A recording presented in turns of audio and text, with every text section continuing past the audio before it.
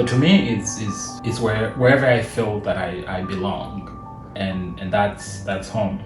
And it's not even sometimes it's not even a physical space.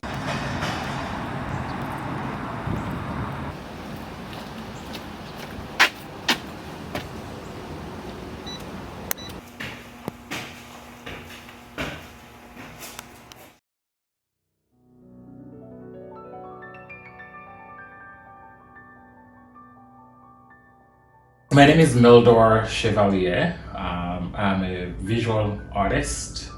I would say I play for a living, so I create I create for a living. About celebrating my 25th year of being an immigrant. It's called actually my 25th year on a journey of belonging. So it's a series of painting and sculptures, and my goal is to make it into a traveling exhibition, and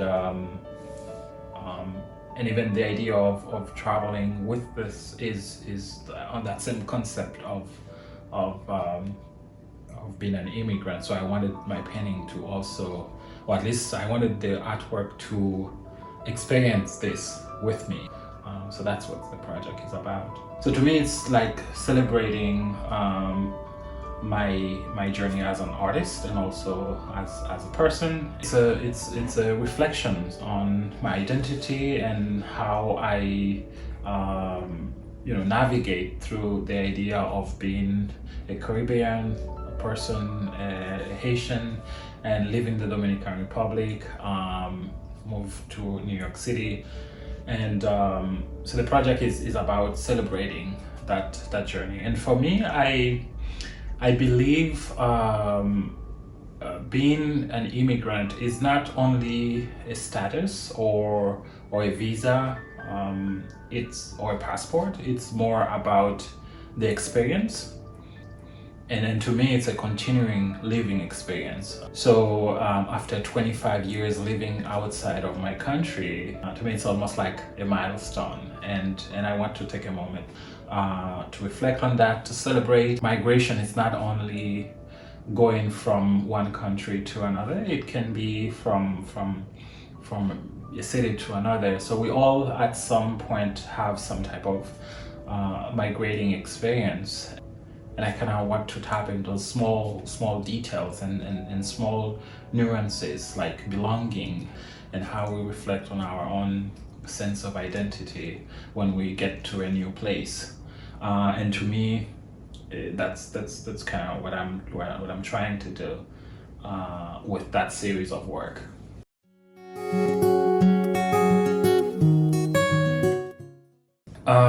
Like actually I'm from the northern part of Haiti, and it's a very small town called La Victoire. So being an artist was not a common thing.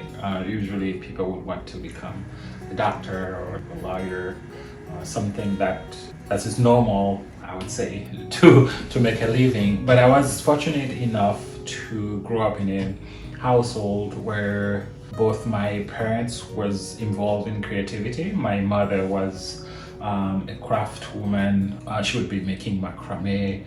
Also, she thought that in a Catholic based institutions where she would teach young people how to work with different materials to create things. And also my dad was a carpenter. So I was like really fortunate that not only they inspire me, but also they let me do my thing. Of course, I was drawing since I was little. I remember growing up in my hometown, the front yard, there was like this large, it's a soil.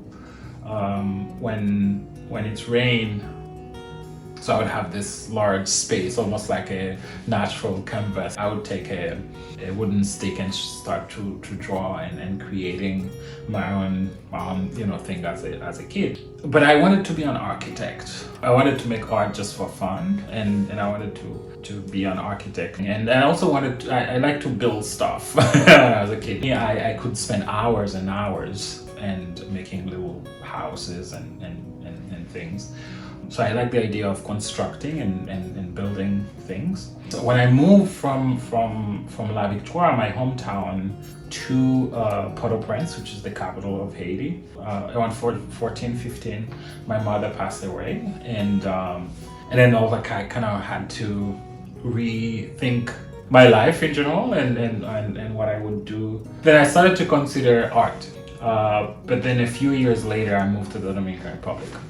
So when I got there, finished high school, so I graduated high school, went to National School of Fine Art, again with the idea of doing art for fun, and I also registered at university to study architecture. So the night before I start my first semester, I decided not to start architecture, and I, decided to study fine art fully. So then I left the National School of Fine Art. I went to another school called Altos de Chavon School of Design. So I did my associate degree there, but Altos de Chavon is affiliated with Parsons, the new school for design here in New York City. Upon graduation, I earned a full tuition college scholarship and moved to New York City. When I finished my BFA, I've decided to also do an MFA at FIT. And to me, the idea of fully embrace art and make it not only for a living, but also I wanted to live for art. Yeah.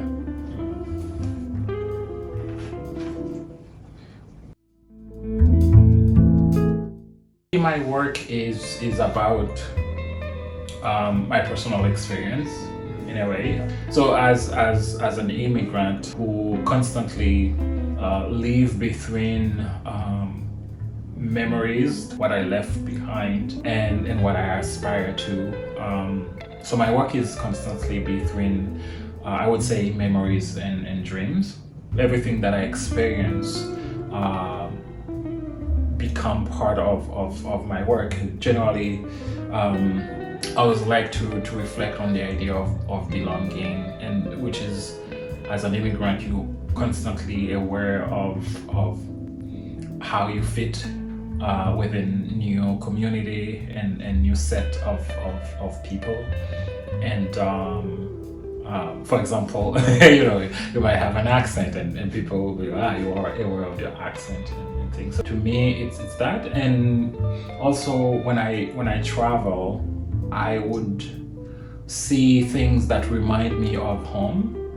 And so this is kind of what I gather different elements. So for example, in my work, you would see a lot of architectural shapes that are almost like crisscross. This reminds me of my childhood. I grew up, there was a porch railing that was crisscross shape. So this is always present in my work. It just reminds me of home, and when I see motif like this, it just remind me home. And I like to sometimes use mountains and water. I use them almost like a metaphor of separation and unite, because when you migrate, you leave your space to a new place, and you're always thinking about the journey to go from one place to another. So water, it's kind of a symbolic aspect of separation, but at the same time can unite. Those are the elements that I use a lot in my work. And also I love painting. I wanted the aspect of painting to be always present in my work. So that's kind of why my work have this fusion between figure and abstractions. Regardless of the narrative, I always want to have the sense of I'm painting for painting. I like to enjoy the materials and the process of painting.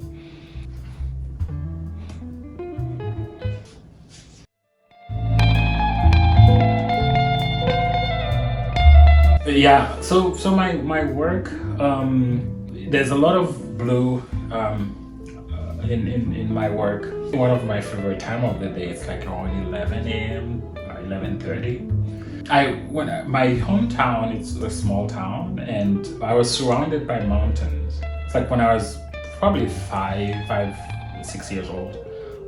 So I would always see an airplane coming from behind the mountains and then cross and then goes to the other side. And this is kind of what get me curious about the world, because when I was a child, I thought that the entire world was my hometown, and I remember always wanted the sky to be clear so I could see the airplane pass. No, literally. And so I think I developed that kind of natural sensibility for that color, and also it brings me that memory. I actually use all the colors, but I like them to be almost, sometimes they're whispering through the painting, be it that kind of pictorial rhythm in a way. So yeah, this is how I approach color. I see all the colors as instrument where I can use them at different pace, and I can give them different rhythm in the painting. But I always have one atmospheric color. For example, if it's yellow, then yellow will be there. But this doesn't mean that you will not find red or this earth tone or blue. And I'll say like water, for example, you would see that blue there, or mountains.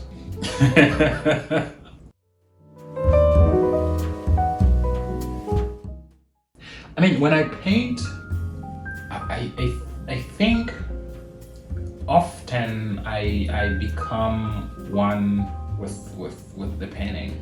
I often get to a point where I can lose the sense of space and time. In Haitians, we have an expression, meaning like it's almost like you have a spirit. You have, you're possessed by something, but not in a negative way. It's more that you become one. You become that. So this is how I feel when I'm painting. I feel like I become painting. Yeah, and this is how I can describe it. Yeah, this is how I feel.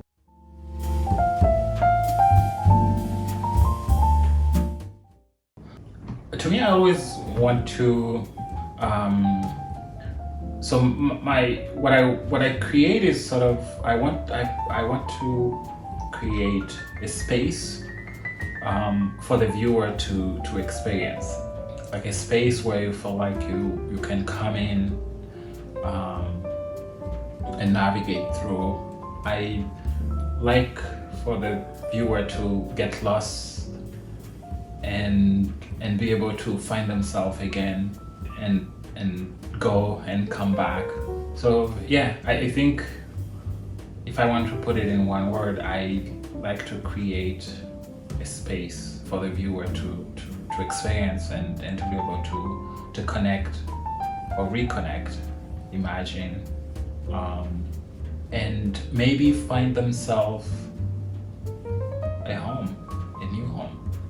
Who knows?